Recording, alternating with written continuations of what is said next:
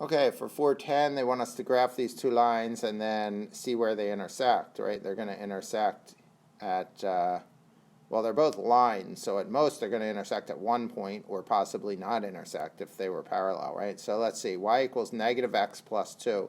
So let's color code these. Let's just so you can see it, right? So this one we'll do in red, right?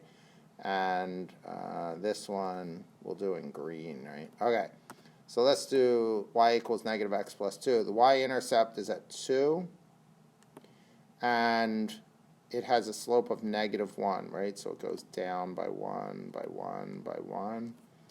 And I would connect those.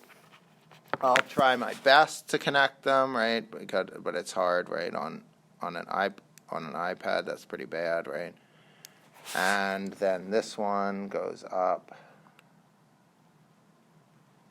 Again, yours is going to look better when it's on done with a straight edge. Okay, so now we have y equals 3x plus 6. So the y-intercept is at 6, which is up here, right? And it has a slope of 3, so down 1, 2, 3 over 1, so it's here, right?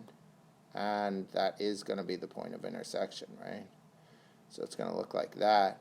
So the point of intersection is right here, right? And that is at negative 1, 1, 2, 3. Negative 1, 3 is the point of intersection for those two lines.